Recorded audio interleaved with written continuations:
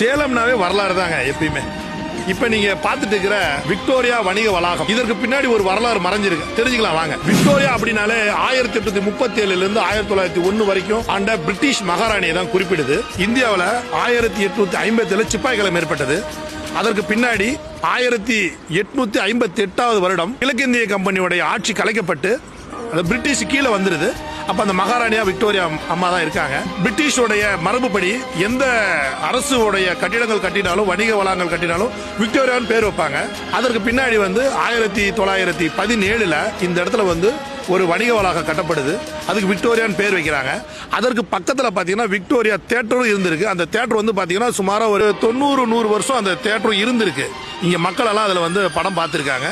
அது ஒரு அடையாளமாகவும் இருந்திருக்கு. சேலம் மாநகராட்சியா தரம் உயர்த்தப்பட்ட போது 2000 இருந்து 2002 இந்த இடத்துல மீண்டும் ஒரு அழகான ஒரு நவீன வசதியோடைய ஒரு வணிக வளாகம் பெருசா கட்டுறாங்க. இதற்கு பக்கத்துல இப்போ பாத்தீங்கன்னா பஸ் ஸ்டாண்ட் இருக்கு. அந்த விக்டோரியான்ற பேரை மறந்துடக்கூடாதுன்றதுக்கோசரம் மறுபடியும் இந்த வணிக வளாகத்துக்கு விக்டோரியா வணிக வளாகம் பேர் வச்சிருக்காங்க. SCM டிராவல்ஸ், ஜே பாபு, ஷாரதாசன், சேலம் வரலாற்று சங்கம்.